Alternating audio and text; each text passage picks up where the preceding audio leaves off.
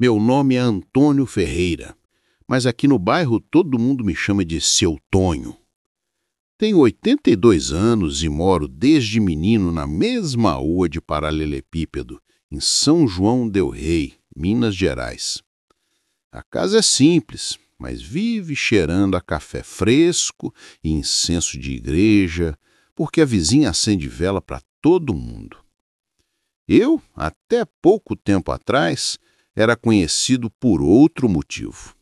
O velho teimoso que discutia com padres, zombava de procissão e dizia que fé era coisa de quem não estudou. Repetia isso com um orgulho triste, como quem quer vencer uma briga que ninguém mais quer lutar. De manhã eu acordava cedo, mas não para rezar. Era para brigar com o rádio, com o noticiário, com o mundo. O barulho dos sinos da matriz me irritava. Eu fechava as janelas para não ouvir. Dizia, deixa o povo lá com os terços deles. Dentro de mim tinha um vazio que eu disfarçava com sarcasmo e pinga. E o pior é que eu acreditava que era livre. A velhice chegou como uma ventania silenciosa. Primeiro perdi força nas pernas, depois paciência. Minha esposa já tinha partido fazia uns 10 anos. Era devota de Nossa Senhora, dessas que dormiam com o rosário na mão. Eu ria dela por isso. Agora o rosário dela ficava esquecido numa gaveta e eu fingia que não sabia onde estava. A rotina era a mesma. Café requentado, pão dormido, cadeira de balanço na varanda e o rádio falando alto. Nem um neto vinha mais me visitar. Diziam que eu ficava azedo. E no fundo eu sabia que era verdade. A solidão tem um som. É o estalo da cadeira vazia à noite, o tic-tac que demora para passar. Até que um dia, aquele som de sino que eu sempre odiei pareceu mais alto, quase dentro da minha cabeça. Eu tapei os ouvidos resmungando, mas alguma coisa bem lá dentro sussurrou. Antônio, o que foi que te restou?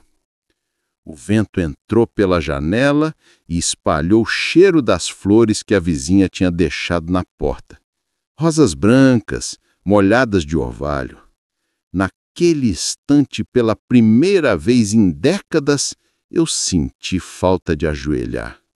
Foi numa segunda-feira qualquer, dessas em que o céu amanhece meio cinza e o rádio parece mais triste que costume.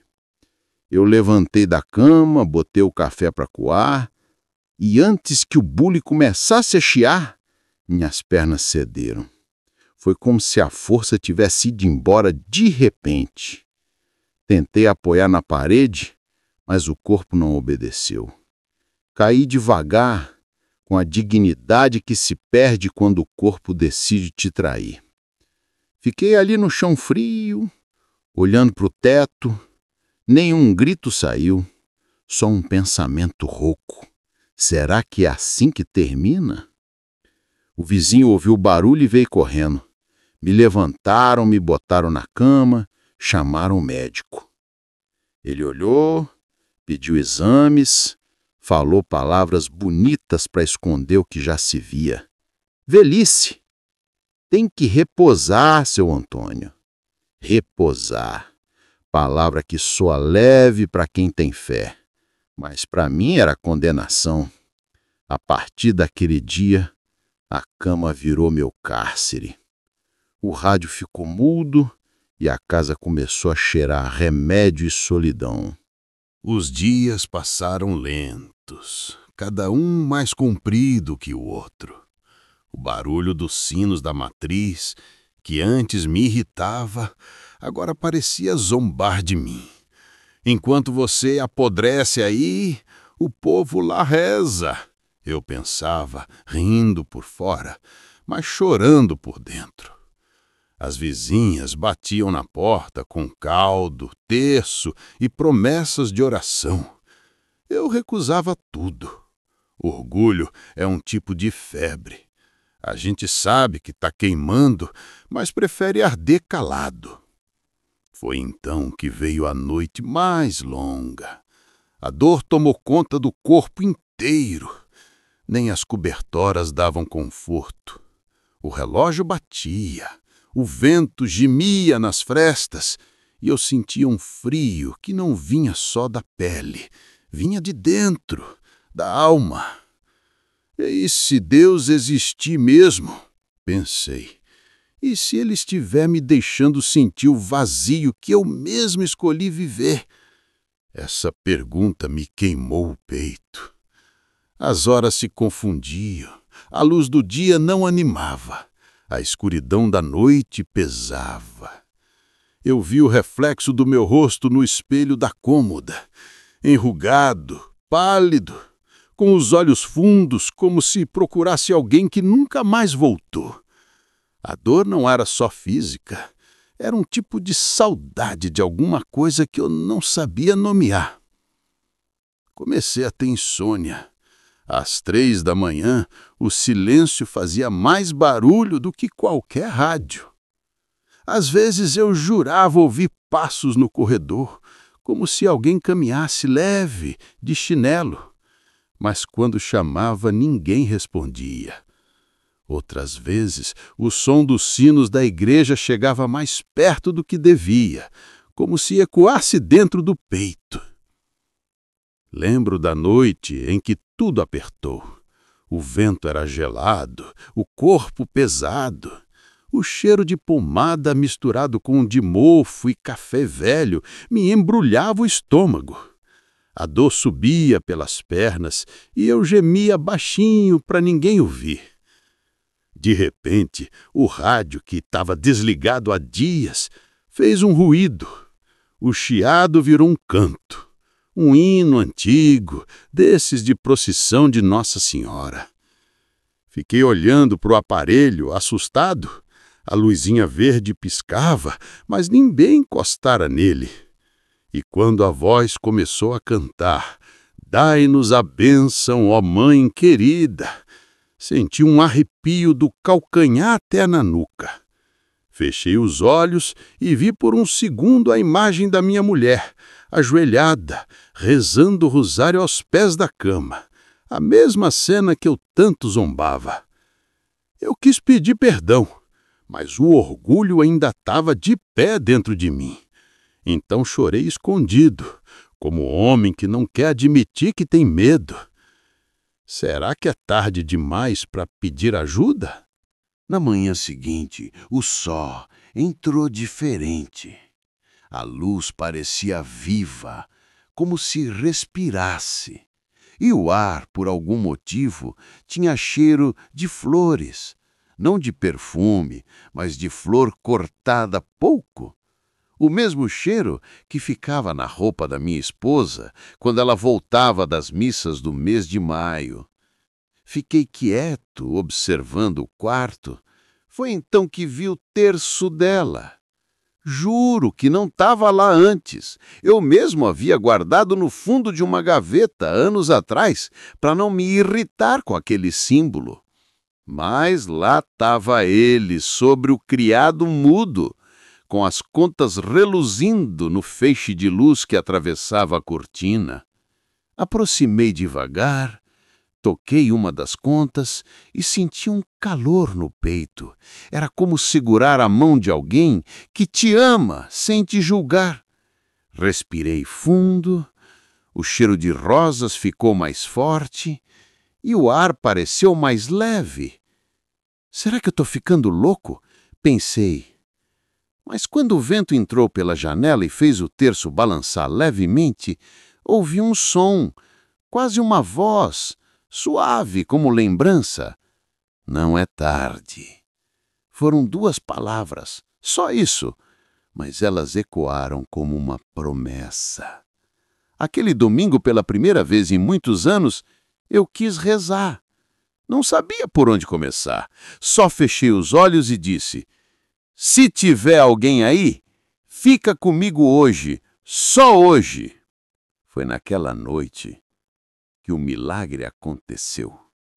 Não um milagre de filme, cheio de relâmpagos e anjos, mas um milagre silencioso, íntimo, real. A janela estava aberta e o vento soprava manso. As cortinas se moviam devagar, como se alguém as tocasse com cuidado. Eu olhava para o teto, meio entre sono e vigília, quando percebi uma luz. Não vinha da lâmpada, nem da lua. Era uma claridade branca, suave, que se espalhava devagar pelo quarto como se respirasse. E junto dela, um perfume tão forte de rosas que me fez chorar sem entender por quê. Dentro dessa luz, senti uma presença. Não vi rosto, mas soube quem era. Um calor começou no peito e se espalhou pelo corpo, o mesmo corpo que dias antes não respondia. Era como se um abraço invisível me envolvesse, desses que não apertam, só sustentam. Uma voz doce, calma, falou dentro de mim. Levanta, meu filho, eu tô aqui. Era simples, sem brilho, sem eco, mas o som me atravessou.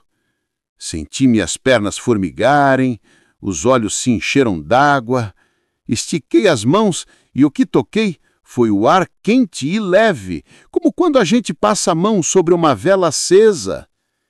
Levantei, não sei como, sentei na beira da cama, olhei para o chão e chorei como um menino. O quarto estava cheio de paz, uma paz que não se explica, só se vive. E naquele instante eu soube. Nossa Senhora tinha vindo me buscar.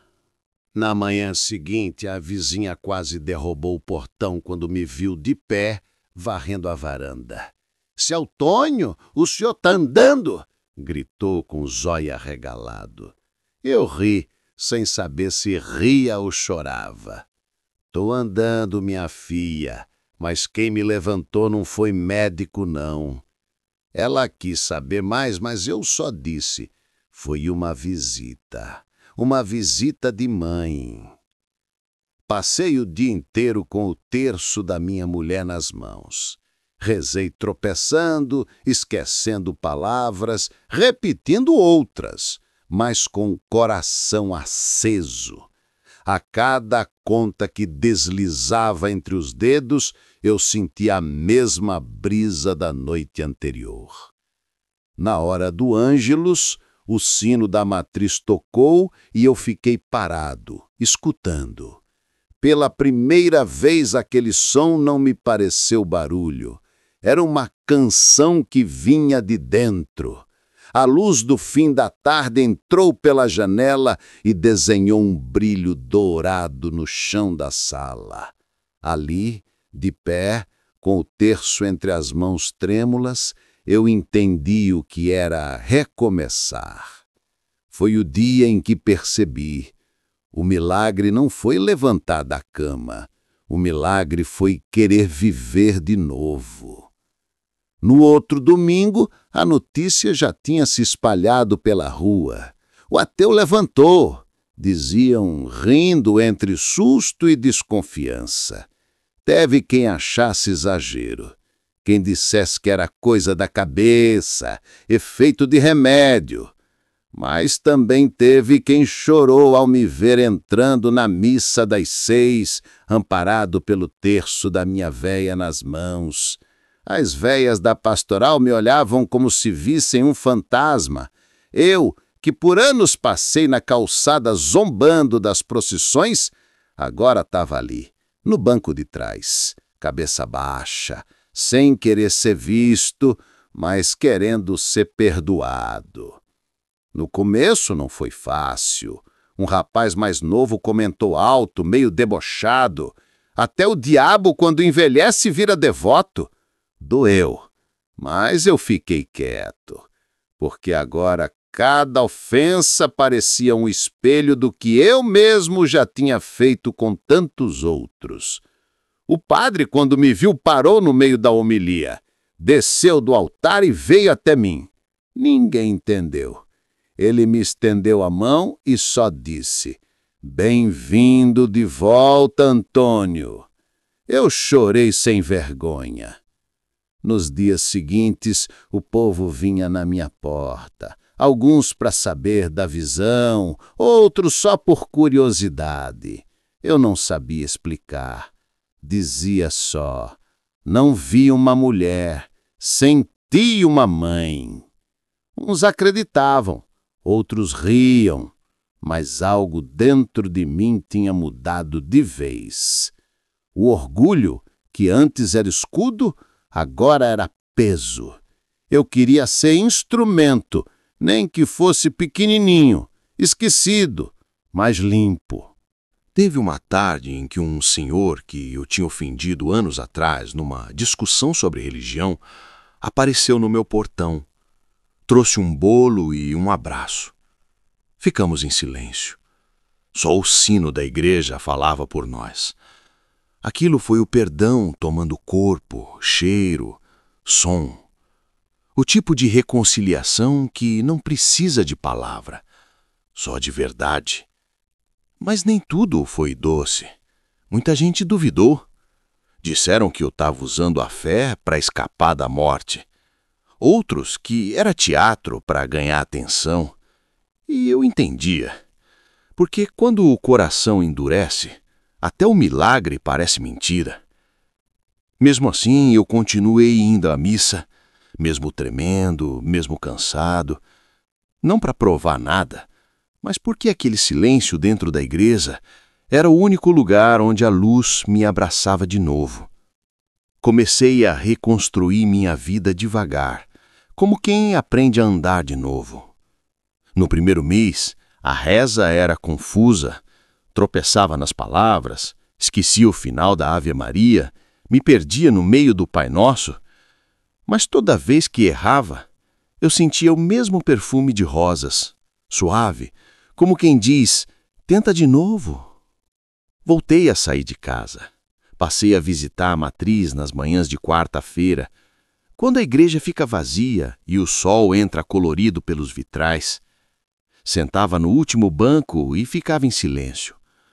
Às vezes não falava nada, só respirava. Aprendi que rezar nem sempre é pedir. Às vezes é só deixar Deus ficar perto. Aos poucos, comecei a ajudar nas pequenas coisas. Varri o pátio da igreja, consertei o portão, doei o rádio velho para a comunidade. Uma menina do coral me pediu para ensinar a lixar madeira e, ali, percebi que o corpo, mesmo fraco, ainda podia servir para algo bom. Também busquei quem eu tinha magoado. Fui até o bar onde costumava zombar dos fiéis. Pedi desculpas pro dono, pro garçom, pro rapaz que eu chamava de crente fanático. A vergonha foi grande, mas o alívio foi maior. Um deles, emocionado, me respondeu: "O senhor não imagina quantas vezes a gente rezou pelo senhor." Eu fiquei mudo. Era como se o tempo inteiro eu tivesse sido amado, mesmo quando odiava. No segundo mês, comecei um hábito novo. Toda tarde, acendo uma vela na janela. Não para pedir milagre, mas para lembrar que ele já aconteceu. Às vezes, o vento apaga a chama, mas o cheirinho da cera quente me lembra da luz que não se apaga por dentro. Percebi também que a fé não é barulho, é constância. É levantar da cama mesmo com dor, é perdoar mesmo sem resposta, é continuar acreditando mesmo quando ninguém mais acredita em você. E hoje, quando caminho pelas mesmas ruas onde zombava das procissões, o povo me cumprimenta com outro olhar. Já não sou o ateu, sou o velho que foi levantado e que, de algum modo, aprendeu a amar o silêncio tanto quanto a vida. Os meses passaram e a fé foi criando corpo dentro de mim. não como um costume, mas como um pulsar novo. O corpo envelheceu mais, sim. As pernas continuam lentas, o coração às vezes tropeça, mas o espírito parece menino. Toda manhã eu abro a janela e deixo o vento entrar, o cheiro de café se mistura ao das flores que as vizinhas trazem, e aquele perfume me lembra o quarto iluminado, o abraço invisível, a voz suave dizendo: "Levanta, meu filho." A capelinha da esquina que antes eu evitava, agora é quase minha segunda casa. Fui ajudando a pintar, consertar os bancos, ajeitar as flores. Um dia, a coordenadora me pediu para falar na novena. Eu tremi, mas fui. Subi devagar os degraus do altar e contei minha história. A igreja estava cheia. Algumas pessoas choraram, outras abaixaram a cabeça em silêncio. E no meio daquelas faces, vi o rosto de um rapaz que antes me chamava de louco. Ele sorria, discreto, como quem entende. A partir dali, começou algo que eu nunca tinha vivido. O povo passou a me procurar. Gente aflita, com dor, com dúvida. Venham sentar na minha varanda para conversar.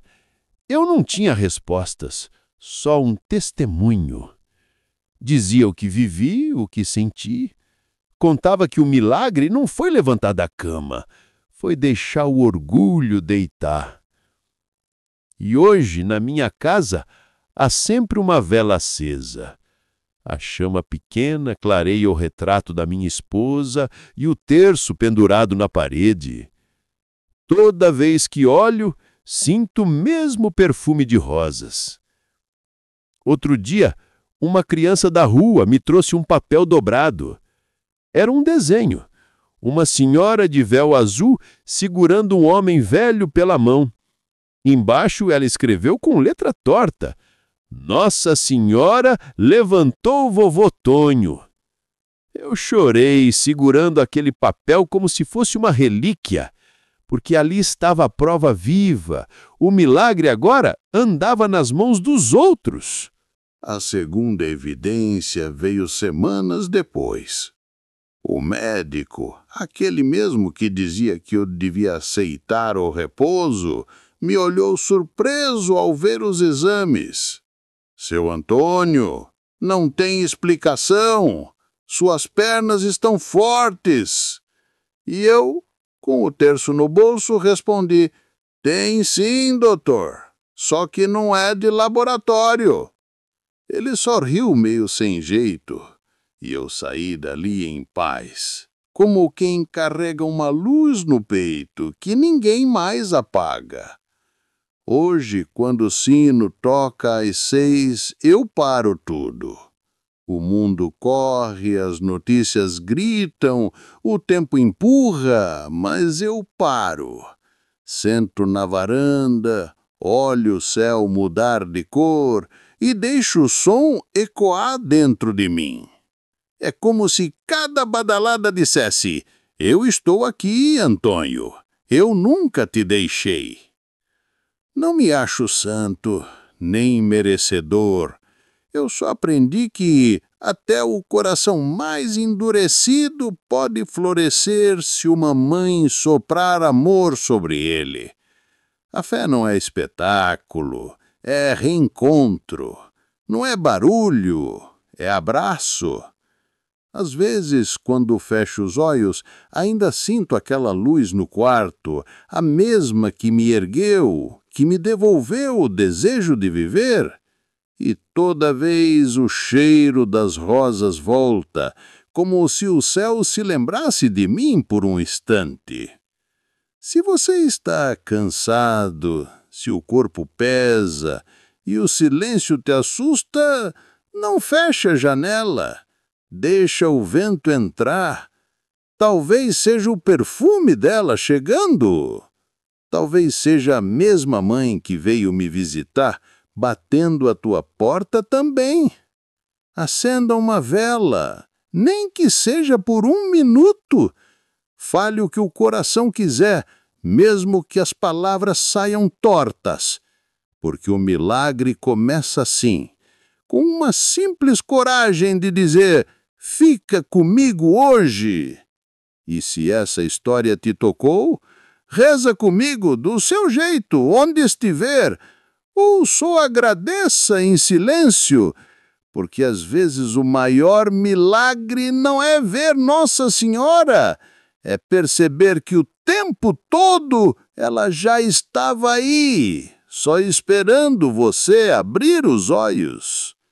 Que Deus abençoe você.